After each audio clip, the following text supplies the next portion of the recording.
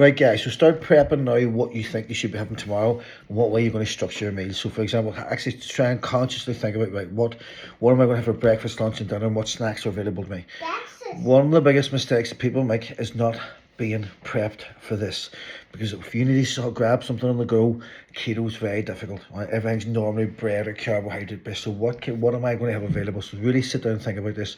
Remember, we're going to start every day with our hydration shot: apple cider vinegar, a couple of grains of salt, squeeze a lemon. That's going to keep you hydrated. Now again, we'll go on another video during the week as to why this is important, but this is going to stave off the hunger. Sometimes people get headaches whenever they're going on a keto diet at the start, and lethargy, getting tired about that midday dip. Because remember, we're trying to switch your body. If your body's always been eating carbohydrates every single day, that transition into being fat adaptive, using fat for fuel, as opposed to glycogen or carbs for fuel, can be a bit taxing on the body, and you feel just a bit tired. But again, it's not actually tiredness, it's not hunger, it's actually dehydration. And that's the problem, because there's no glycogen stored in the muscle because there's no carbohydrates coming in.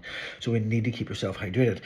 I would actually recommend one of these probably around lunchtime as well too. So you're having your hydration shot in the morning and another one around lunchtime. Now, a couple of tips that we can do here.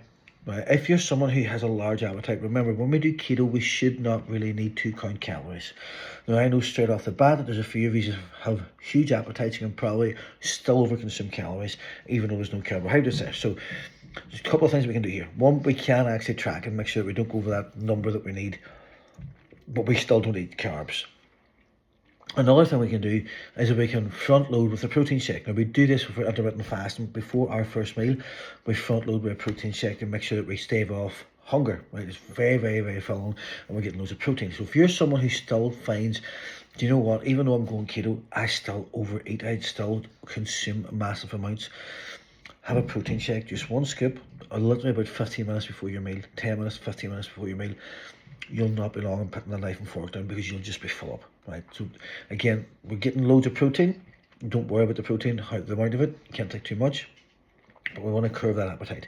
But remember, I said this in the first video, with 3 ways in which we can lose weight. We have 3 ways in which we can control calories. 1, we can actively count the calories, which is calorie control, calorie restriction. 2, time restriction, where we limit the time in which we eat. So I've only got, say, 4 hours, 6 hour eating window, therefore I can't overconsume calories because the eating window is very small. Or we get dietary restriction, where we remove a part of the diet and we only eat certain types of food. And we're removing the carbohydrates, which is the biggest portion, usually the biggest portion of what you normally eat. Therefore, it means that we're reducing calories, but we're not consciously counting calories in the second 2. Calorie counting we are. Calorie restriction, we're restricting to calories with the count them. Intermittent fasting, we just have an eating window. Diet restriction, we eat, but we don't eat carbohydrates. If you're someone who still, because I still know somebody, even with a 4 hour eating window, could still overconsume calories regularly, and that's a certain different kind of issue. But anyway, think about maybe front loading with your protein shake if that is you. But the whole point of this is it's a lifestyle without having to track, because for some people tracking is just a pain in the hole. For some people they love it, for some people it's the best accountability they've got. But this is just to show you a version, a way of eating that we don't have to do this. So for me, what does tomorrow look like for me? First meal is going to be 2 whole eggs and half a carton of egg whites. I get the egg white cartons in Sainsbury's or Tesco's. White chick or something like that they're called. So I'll have 2 whole eggs and I'll have half a carton of that. That gives me 40 grams of protein. I'll have half an avocado with that. That's my first meal. That's meal number 1. Meal number 2 at lunchtime, there's going to be a tuna salad, lots of leaves, lots of lettuce leaves, spinach leaves, tin of tuna, feta cheese, olives, a wee tiny bit of red and green peppers, a couple of cherry tomatoes, and a sprinkle of mayonnaise. Not low-fat mayonnaise, but normal mayonnaise. That's my second one. Dinner time there is going to be chili beef, no kidney beans, just the mince, cooked with chili spices, and I have that on a bed of cauliflower rice, and that will be really satisfying and filling. At night time before we go to bed, will be big Greek yogurt, sprinkle of protein powder, mix that all up, and then like a sort of a mousse. I'll get 2 of the wee sort of 2 squares of the 90% dark chocolate, the one I put up in the link. I'll break it up into wee pieces. I sprinkle on break up some pecan nuts and a couple of blueberries, and I have that then afterwards. That's going to give me 200 grams of protein.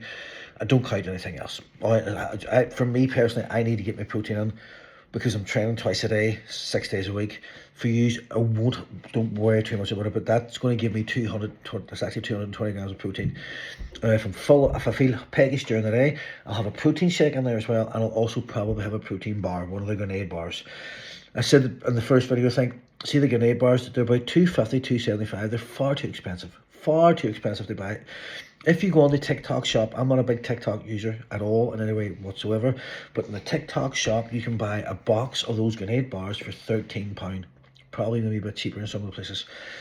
So I buy the box, have it in the cupboard, eat one at night time, during the day, whatever, cup of coffee. Fantastic. Remember, you're allowed all your cheese, all your stuff like that.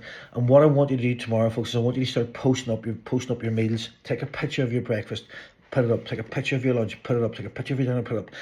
Not does it just keep you accountable for what you're eating, it also helps to motivate other people, helps them give ideas.